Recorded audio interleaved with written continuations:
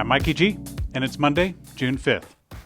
Tesla is boosting its referral program to help sales at the end of the quarter with $1,000 off and 3 months of full self-driving for Model S and X, and more credits for the Model 3 and Y.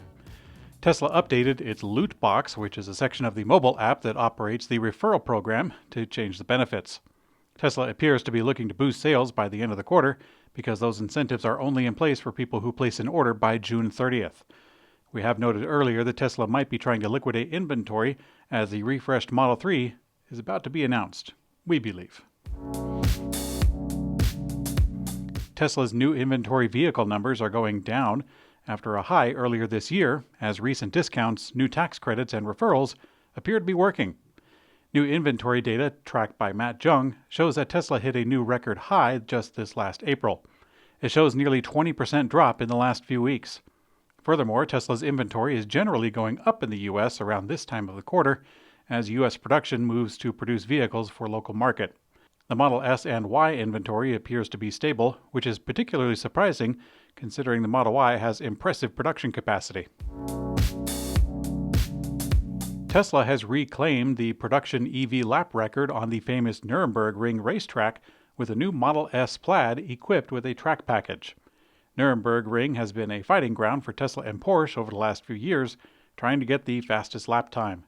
The record was previously set in 2022 by Porsche Taycan with a performance kit that was added to the production car. And Tesla has now claimed the title back. It not only beat Porsche's record, but did so by a significant 8-second difference. It appears that the brakes were the limiting factor.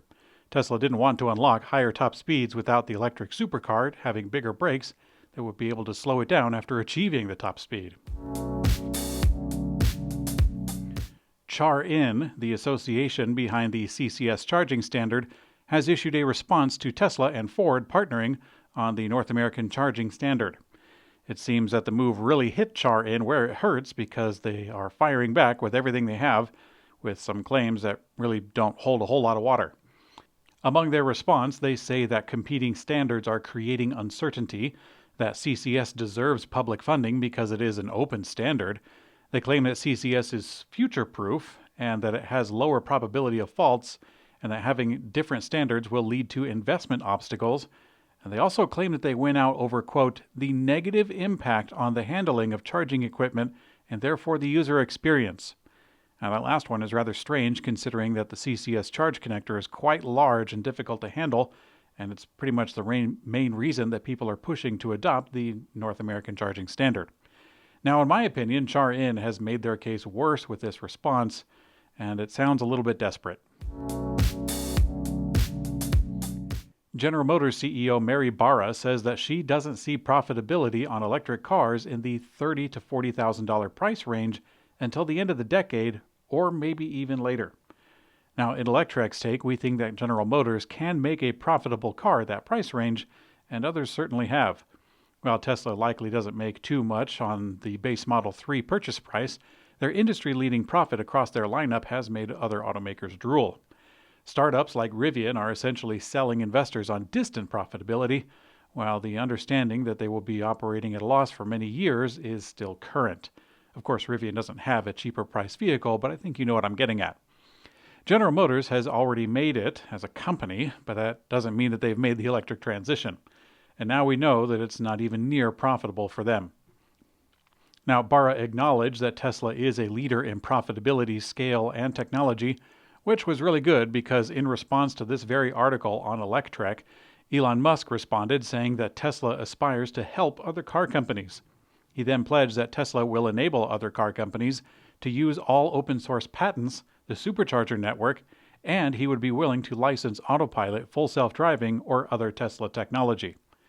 Now, while most every other car company has something to compete with Tesla's autopilot, some of them great, some of them not so great, it's doubtful that any of them are going to be lining up to license the full self-driving system until Tesla can prove that it works, or at the very least can add value.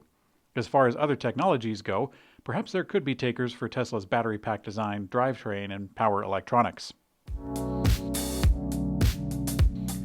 According to Cox Automotive, U.S. electric vehicle sales hit a record 7.2% share of new vehicle sales in the first quarter.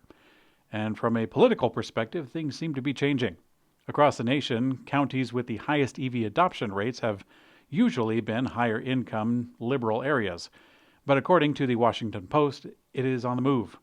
Coincidentally, red states are also drawing significant investments from electric vehicle battery makers stemming from the Inflation Reduction Act incentives. In today's community comment found on YouTube, Flurbia says, "Wow, Toyota released a car that has no glove box. Where do we put our gloves?" Well, that's a very good question, one that I wish I could answer on behalf of Toyota.